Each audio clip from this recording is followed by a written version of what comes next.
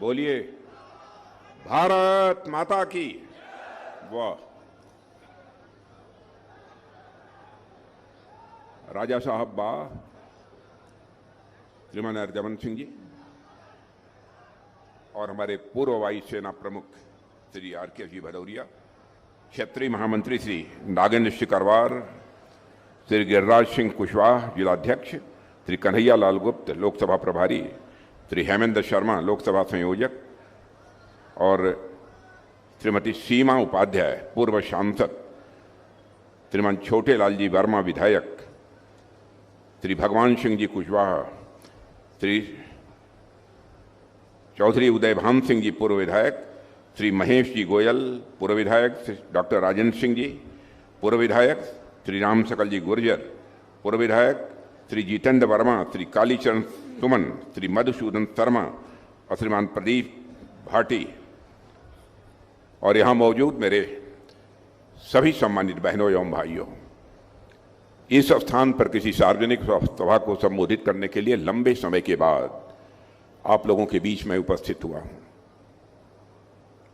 और आप लोगों ने बहुत ही गर्मजोशी के साथ स्वागत किया। आप लोगों ने फूलों का गुलदस्ता भेंट करके स्वागत किया है, बहुत सारी प्रतिमाएं भी भेंट कर आपने स्वागत किया है, खड़े होकर तालियां बजाकर आपने स्वागत किया है। लेकिन भारत की परंपरा है और शिष्टाचार का तकाजा भी है, स्वागत, अभिनंदन और सलाम दुआ कभी एक तरफा नहीं होना चाहिए। इसलिए मैं भी अपनी तरफ से शीश झुकाकर आप सभी बहनों भाइयों का हार्दिक अभिनंदन करता हूं, आप सभी का मैं स्वागत करता हूं।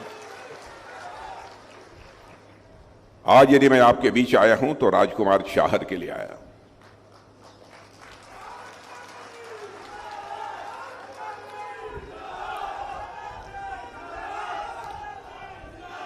मेरे बहनों भाइयों, राजकुमार चाहर मेरे बहुत प्रिय लोगों में हैं।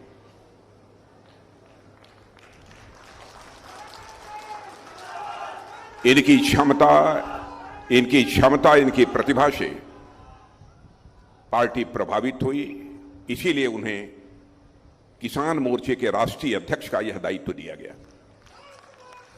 क्योंकि राष्ट्रीय दायित्व का निर्वहन कई बार मैं कर चुका हूं, और मैं जानता हूं कि जो जनप्रतिनिधि होता है, यदि उसके ऊपर कोई दल की राष्ट्रीय जिम्मेदारी होती है तो उसे समय देना थोड़ा कठिन हो जाता है। और आज जिस तरीके से उन्होंने अपनी बातें आपके सामने रखी हैं,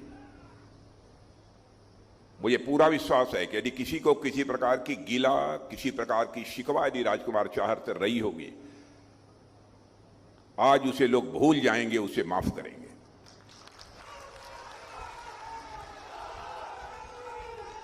क्योंकि मैं आप लोगों को अच्छी तरह जानता हूं। आप लोग जीते हैं, मरते हैं, जो कुछ भी करते हैं आप देश के लिए करते हैं, किसी व्यक्ति के लिए नहीं करते। इसलिए व्यक्ति का प्रश्न नहीं है। कौन सी ऐसी राजनीतिक पार्टी है जो कि देश का मस्तक सारी दुनिया में ऊंचा कर सकती है, इसके बारे में आपको विचार करना। और बहनों भाइयों, यही तहसील है जहां श्रद्धेय अटल बिहारी वाजपेयी जी भारत के प्रधानमंत्री हुए और अत्यधिक स्नेह उनका मुझे प्राप्त था। उत्तर प्रदेश के मुख्यमंत्री के रूप में भी जब मैंने जिम्मेदारी संभाली तो आदरणीय अटल बिहारी वाजपेयी जी का ही मेरे ऊपर आशीर्वाद था। आज यहां आया हूं, स्वाभाविक रूप से उनकी याद मुझे आती है, इसलिए कुछ भी कहने के पहले एक बार मैं शीश झुकाकर उनकी स्मृति को अपनी श्रद्धांजलि अर्पित करता हूं। बहनों भाइयों, भारत की ही नहीं बल्कि दुनिया की एक बहुत ही सम्मानित शख्सियत थे आदरणीय अटल बिहारी वाजपेयी। आज उनके क्षेत्र में मैं यहां खड़े होकर बोल रहा हूं। पहले कुछ बोलता था तो भारत की बातों को जितनी गंभीरता पूर्वक लिया जाना चाहिए लोग नहीं लेते थे। भारत कमजोर देश है, सुने न सुने कोई फर्क नहीं पड़ता है। लेकिन आज आपको जानकर खुशी होगी, सारी दुनिया में भारत का कद इतना ऊंचा हुआ है कि आज यदि अंतर्राष्ट्रीय मंचों पर भारत कुछ बोलता है तो सारी दुनिया कान खोलकर सुनती है भारत बोल क्या रहा है। यह भारत की हैसियत सारी दुनिया में बनी है। यह मैं समझता हूं किसी देश की छोटी उपलब्धि नहीं है। जो भी सच्चा राष्ट्रभक्त होगा, देशभक्त होगा, सारी चीजों को भुलाकर इस बात से गौरवान्वित होगा कि सारी दुनिया में हमारे देश का मस्तक ऊंचा हुआ है। यह कोई सामान्य बात नहीं है। और आज यदि मैं आप सबके सामने यहां पर मौजूद हूं बहनों भाइयों, तो मैं पूज्य बापू को याद करना चाहता हूं, महात्मा गांधी। शायद पढ़े लिखे लोगों को इस बात की जानकारी होगी, 1947 में जब भारत को आजादी मिल गई थी तो महात्मा गांधी ने कहा था कि जिस कांग्रेस के झंडे के तले हमने आजादी की लड़ाई लड़ी है, अब उस कांग्रेस को अपने को भंग कर देना चाहिए। कांग्रेस नाम से कोई राजनीतिक पार्टी नहीं होनी चाहिए। लेकिन बहनों भाइयों, निहित स्वार्थवश कांग्रेस के लोगों ने सोचा कि कांग्रेस का नाम जब तक रहेगा हम देश की जनता को भुनाते रहेंगे कि आजादी यदि मिली है तो केवल हमारे कारण मिली है और किसी दूसरे कारण नहीं मिली है। लेकिन मैं आपको बधाई देना चाहता हूं, सारे देश की जनता का अभिनंदन करना चाहता हूं।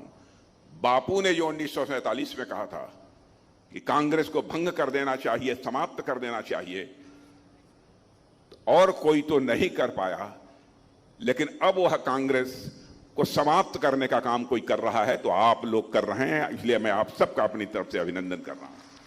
आप महात्मा गांधी की मुराद को पूरा कर रहे हैं। महात्मा गांधी की दूसरी मुराद यह थी, भारत से गरीबी समाप्त होनी चाहिए। और मैं जो भी कहने जा रहा हूं उसके बारे में मैं एक बात उसके पहले मैं कह दूं आपसे, बहनों भाइयों, मेरी कोई बात यदि गलत हो, हमारे प्रेस के मित्र भी यहां हैं, आप लोगों में से पढ़े लिखे लोग हैं, एक भी बात यदि हमारी गलत हो तो आप मेरी आलोचना कर दीजिएगा, मैं उसका स्वागत करूंगा।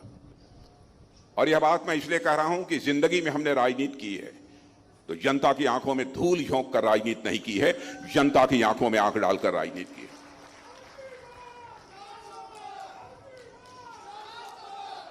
पंडित जवाहरलाल नेहरू भारत के प्रधानमंत्री थे, उन्होंने भी कहा था हमें समर्थन दीजिए, हमारी सरकार बनाइए, हम देश से गरीबी मिटाना चाहते हैं।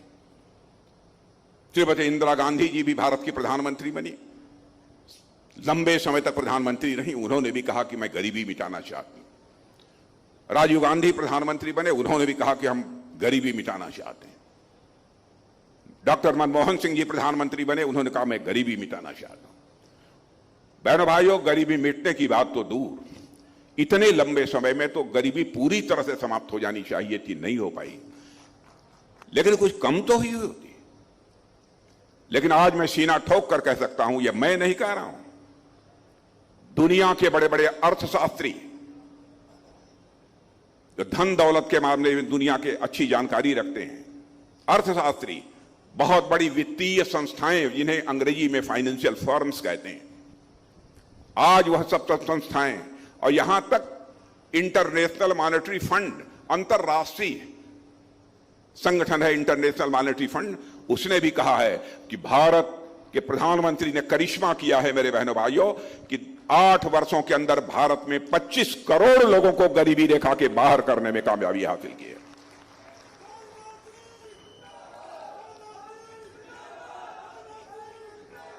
और मैं कहना चाहता हूं 10 वर्ष तक केवल हमारी गवर्नमेंट रह जाए, गरीब कहने वाला कोई भारत में नहीं बचेगा बहनों भाइयों, मैं दावे के साथ में कह सकता हूं। जो भी समाज के लिए कल्याणकारी योजनाएं हम लोग प्रारंभ की हैं, समाज के सशक्तिकरण के लिए की है। मुझे मालूम है कि जिस समय शौचालय बनाने की बात हो रही थी तो हम लोग जाते थे, लोग कहते थे क्या सरकार का काम शौचालय बनवाना है, टॉयलेट बनवाना है? बहनों भाइयों, सोच का अंतर है। मां बहन बेटी किसी भी जात की हो, किसी भी पंथ की हो, किसी भी मजहब की हो, मैं समझता हूं हर स्वाभिमानी भारतीय जो होगा उसकी वह मां बहन बेटी है बहनों भाइयों, चाहे गरीब हो चाहे अमीर हो। उसकी इज्जत और उसके सम्मान की रक्षा करना हर स्वाभिमानी हिंदुस्तानी का यह कर्तव्य होता है। इसीलिए हमारे प्रधानमंत्री ने संकल्प लिया, एक भी घर नहीं बचना चाहिए हिंदुस्तान में जहां पर कि शौचालय न हो, एक भी झोपड़ी शेष नहीं बचनी चाहिए जहां पर कि पक्का मकान न हो, एक भी घर शेष नहीं बचना चाहिए यहां पर कि नल के माध्यम से जल न पहुंच जाए। इसके पहले क्या किसी ने सोचा? कितने ऐसे सारे फैसले किए।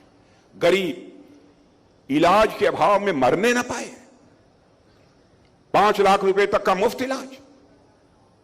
और अब जानते हैं इस बार हम लोगों ने फैसला लिया है, जून में सरकार बनेगी, सरकार बनने के तुरंत बाद लागू हो जाएगा, चाहे आप किसी जाति के हों, किसी धर्म के मानने वाले हो, चाहे आप करोड़पति हो, चाहे लाखपति हो, इनकम नहीं देखी जाएगी।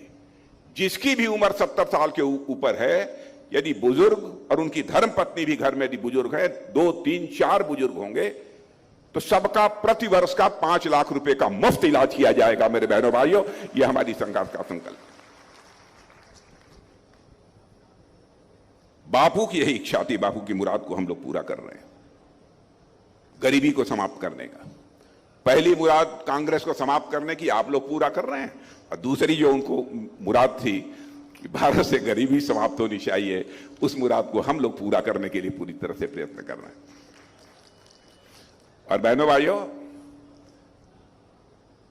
भारत के बारे में आपके क्षेत्र का कोई दुनिया के दूसरे देशों में रहता हो, उससे पूछिएगा।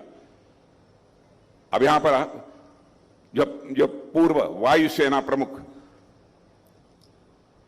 आर.के. सिंह जी भदौरिया है, इनसे पूछिएगा। ये लोग बहुत ज्यादा विदेशों में जाते रहे, पहले भी गए होंगे, आज भी जाते हैं। क्या भारत के बारे में धारणा बनी है? पहले हम लोग बोलते थे, कुछ सुनते ही नहीं था, अब कुछ बोलते हैं तो कान खोल के सुनते हैं क्या बोल रहे हैं। धन दौलत के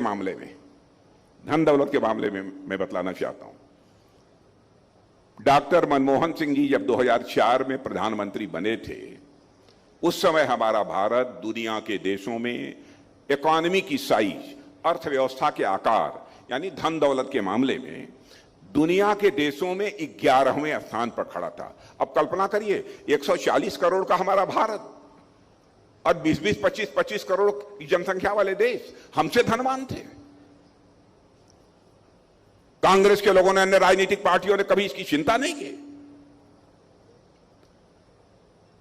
2014 में हम दुनिया में धन दौलत के आकार के मामले में, अर्थव्यवस्था के आकार के मामले में 11वें स्थान पर थे। मेरे बहनों भाइयों, 8 वर्षों के अंदर ही जंप लेकर आपको जानकर हर्ष होगा कि हमारा यही भारत दुनिया के टॉप 5 कंट्रीज में आकर खड़ा हो गया, 5 देशों में खड़ा हो गया।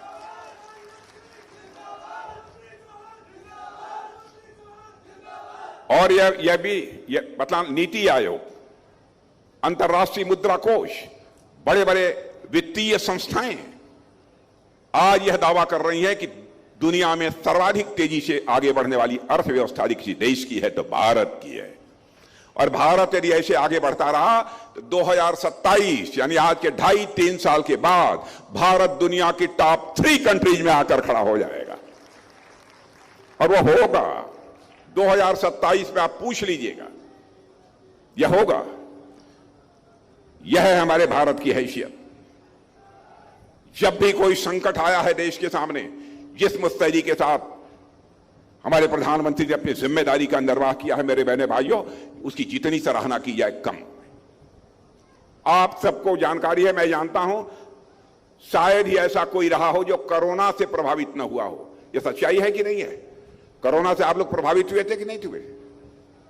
हालत यह थी कि भारत में कोरोना का वैक्सीन, जिसे टीका बोलते हैं, कोरोना का वैक्सीन नहीं उपलब्ध होता था। तुरंत हमारे प्रधानमंत्री जी वैज्ञानिकों के पास गए, खुद चल कर गए और कहा कि आप तैयार करिए, जो भी खर्च होगा, जो भी आपको मदद चाहिए, पूरी हम मदद करेंगे। और बहनों भाइयों, हमारे देश के वैज्ञानिकों ने कोरोना का टीका, कोरोना की वैक्सीन तैयार कर दी। और उसका करिश्मा यह रहा कि हमारे भारत के रहने वाले हर व्यक्ति को, जितने आप बैठे हैं, इनमें से भी लोगों को 2 बार कोरोना का टीका जरूर लगा होगा, कुछ लोगों को तीसरी बार भी लगा होगा। और हम लोगों ने इतना ही नहीं किया, कोरोना का टीका उतने ही समय में यहां बनाकर दुनिया के 100 देशों को मुहैया कराने का काम भी भारत ने किया है। यह है भारत की ताकत।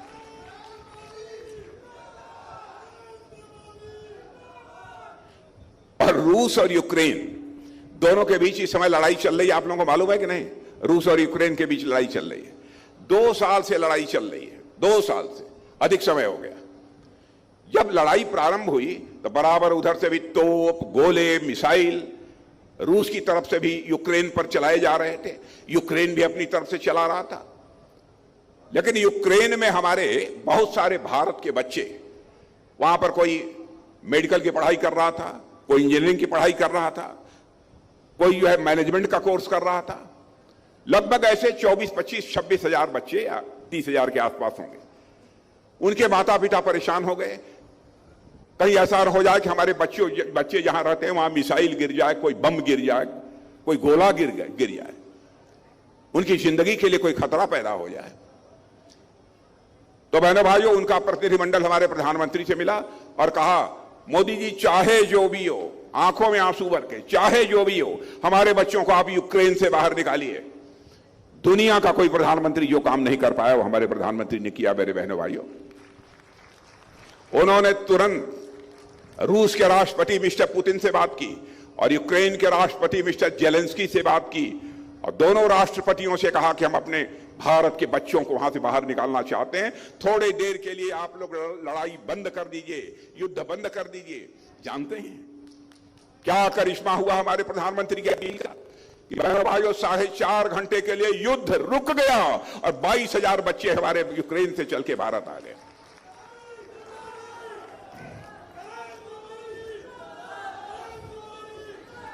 यह है भारत। आतंकवाद की वारदातें भारत में खूब होती थी, यहां तक कि केवल जम्मू कश्मीर में नहीं, महाराष्ट्र में भी, मैंने देश के कई राज्यों में, पंजाब में भी कई राज्यों में आतंकवादी वारदातें हुई। और कांग्रेस के लोग कहते हैं साहब ये तो वारदातें होती रहती हैं, और ज्यादा से ज्यादा करते थे उसकी जांच कराकर डोजियर सौंप देते थे, और ज्यादा से ज्यादा कहते थे कि भाई मैं पाकिस्तान के साथ अब मैच नहीं खेलूंगा। बताइए क्या हो रहा है? क्या था इनके समय में?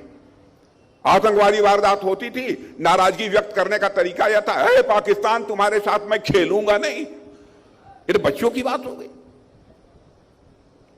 लेकिन बहनों भाइयों, आपने देखा होगा हमारे सेना के जवानों ने करके दिखाया है।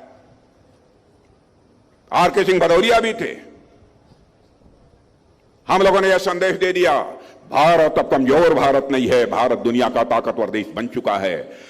भारत सीमा के इस पार भी मार सकता है, जरूरत पड़ेगी तो सीमा के उस पार भी जाकर मार सकता है।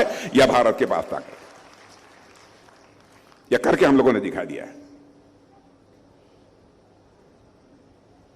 इसलिए आपका मैं समर्थन मांगने के लिए आया हूं मेरे बहनों भाइयों। और वैसे भारत की स्थिति का जहां तक सवाल है, भ्रष्टाचार, मैं जानता हूं भ्रष्टाचार एकदम बिल्कुल देश को खोखला बना रहा है। आप कहेंगे कि आपके शासनकाल में भ्रष्टाचार समाप्त हो गया? मैं यह दावा नहीं करता कि नीचे तक जो कुछ भी भ्रष्टाचार था हम लोगों ने समाप्त कर दिया। लेकिन मैं राजीव गांधी की याद दिलाना चाहता हूं। राजीव गांधी जी ने एक बार चिंता व्यक्त करते हुए कहा था, मैं क्या करूं, मैं दिल्ली के बैंक से 100 पैसा भेजता हूं, लेकिन नीचे पहुंचते पहुंचते लोगों की जेबों में बामुश्किल 14 पैसा पहुंच पाता है, 86 पैसा भ्रष्टाचार की भेंट चढ़ जाता है। भारत जैसे देश का प्रधानमंत्री मजबूरी व्यक्त कर रहा है। मैं राजीव गांधी जी की आलोचना नहीं कर रहा हूं, मैं किसी भी देश के प्रधानमंत्री का, चाहे किसी भी पार्टी का हो, मैं किसी की आलोचना नहीं करता हूं, क्योंकि मैं मानता हूं प्रधानमंत्री प्रधानमंत्री होता है, व्यक्ति नहीं होता है, वह संस्था होता है।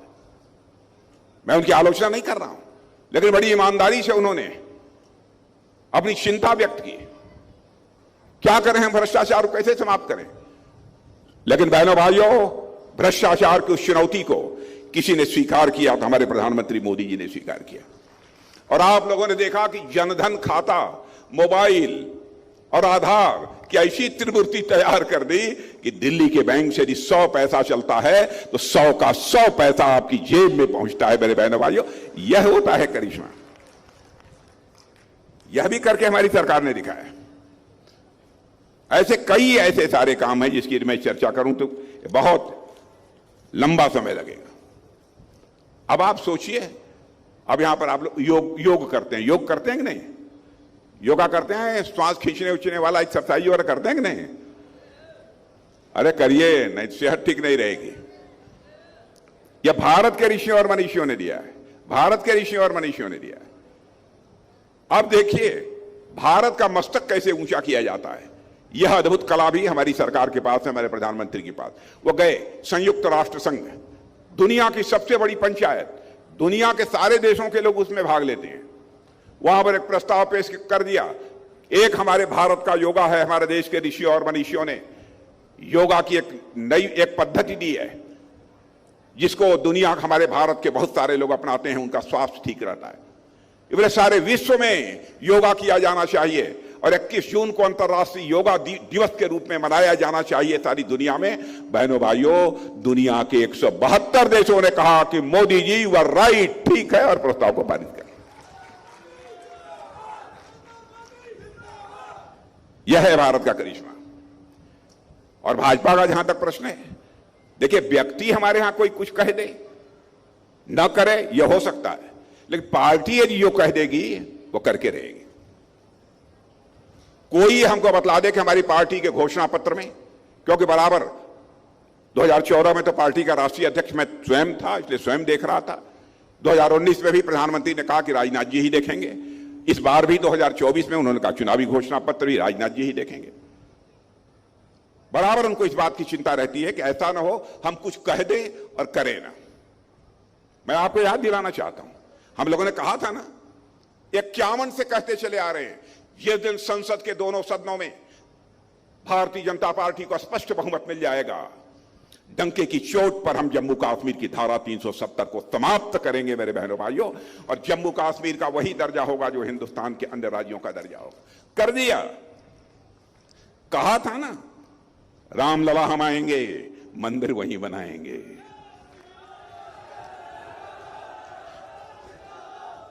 दूसरी बात का कांग्रेस सपा बसपा के लोग कहते थे रामलला हम आएंगे, मंदिर वहीं बनाएंगे, लेकिन तारीख नहीं बताएंगे। यह कटाक्ष करते थे। बहनों भाइयों, तारीख 22 जनवरी आ गई जब हमारे प्रधानमंत्री ने रामलला की प्राण प्रतिष्ठा धर्माचार्यों के मार्गदर्शन में कर दी। और मैं आज कहना चाहता हूं, रामलला अपनी कुटिया से निकलकर अपने महल में प्रवेश कर चुके हैं। भारत में राम राज्य का आगाज होकर रहेगा मेरे बहनों भाइयों।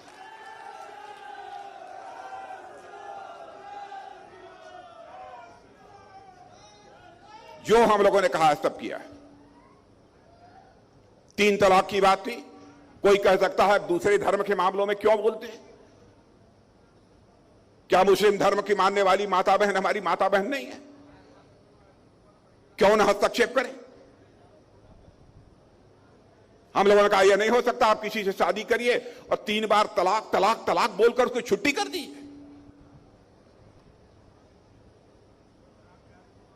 सरकार रहे चाहे भाड़ में जाए।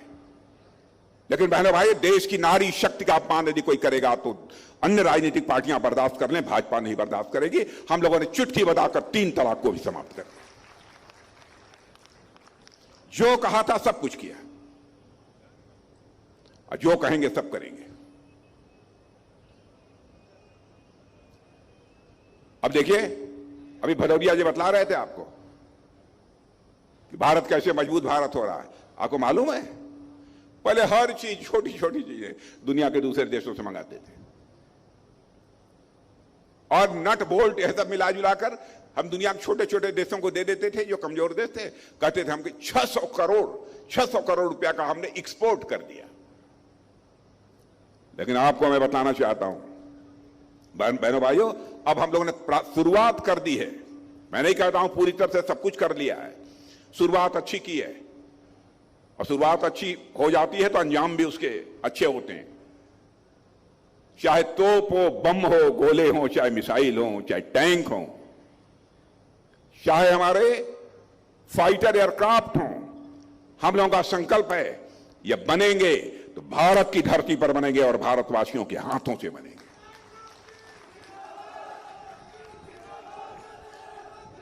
और अभी अभी हम लोगों ने, आप देखिए, वो 600 करोड़ रुपए का एक्सपोर्ट करते थे, अभी हाल में ही हम लोगों ने 21,000 करोड़ रुपए का एक्सपोर्ट किया है, दुनिया के दूसरे देशों को मुहैया कराया।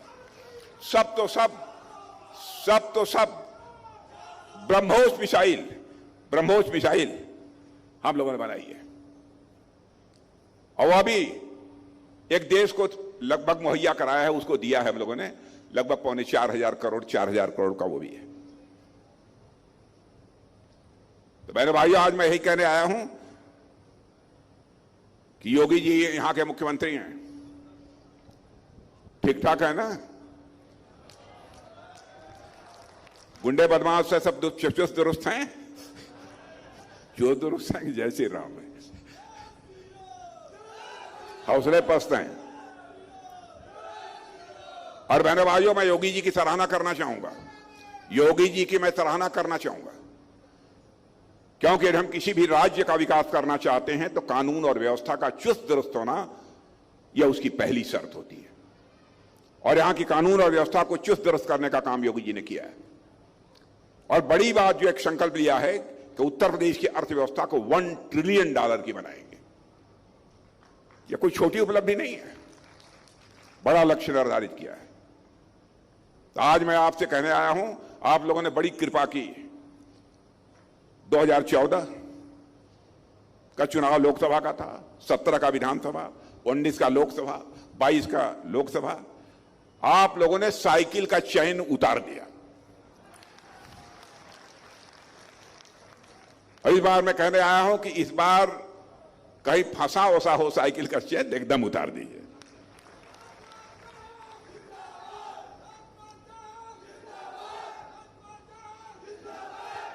और मुझे लगता है कुछ दिनों के बाद लोग पूछेंगे कि अब जो हालत होती जा रही है कांग्रेस की, सपा की, कांग्रेस के बारे में तो मुझे लगता है कि जैसे कि आज के कुछ वर्षों पहले डायनासोर पूरी धरती से, पूरी पृथ्वी से लुप्त हो गया, वैसे ही कांग्रेस भी लुप्त हो जाएगी।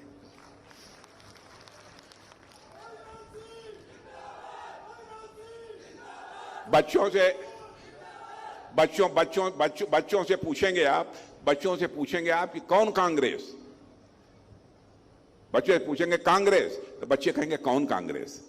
10 वर्षों के बाद यही हालत होने वाली है। और सपा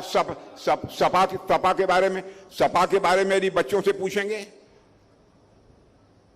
तो बच्चे कहेंगे सपा का मतलब होता समाप्त पार्टी। यह हालत हो गई इन लोगों। इसलिए बहनों भाइयों, राजकुमार जी शाहर के लिए मैं आप सबसे अपील करने आया हूं, पक्का है ना? सब लोग पक्का? हाँ, राजकुमार चार की शरीर भी भगवान ने ठीक ठाक बनाई है, कोई हर्ज नहीं है। वैसे जहां आवश्यकता होगी, राजकुमार चाहर के अंदर वह कुवत है, शरीर में ताकत है कि आपके लिए संघर्ष भी कर सकते हैं राजकुमार चाहर।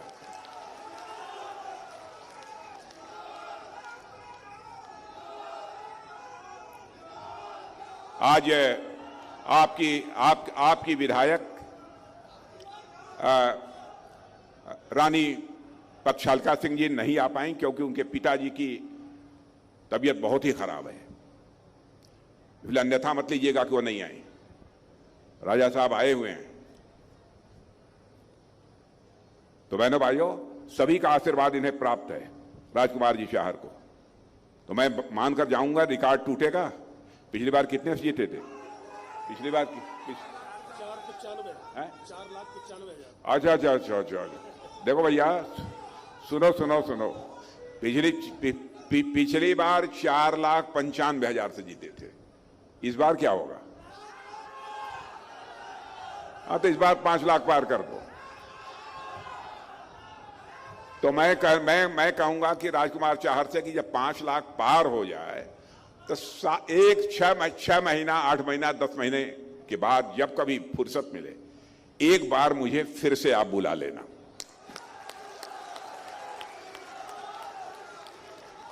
और खूब क्षेत्रवासियों की बड़ी मीटिंग करना, क्षेत्रवासियों की बड़ी मीटिंग करना।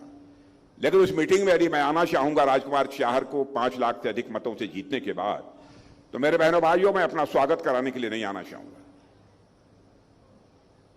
बल्कि मैं शीश झुकाकर इस क्षेत्र की जनता के प्रति आभार व्यक्त करने के लिए आप लोगों के बीच आना मैं चाहूंगा। आप सबको बहुत बहुत धन्यवाद। बोलिए भारत माता की।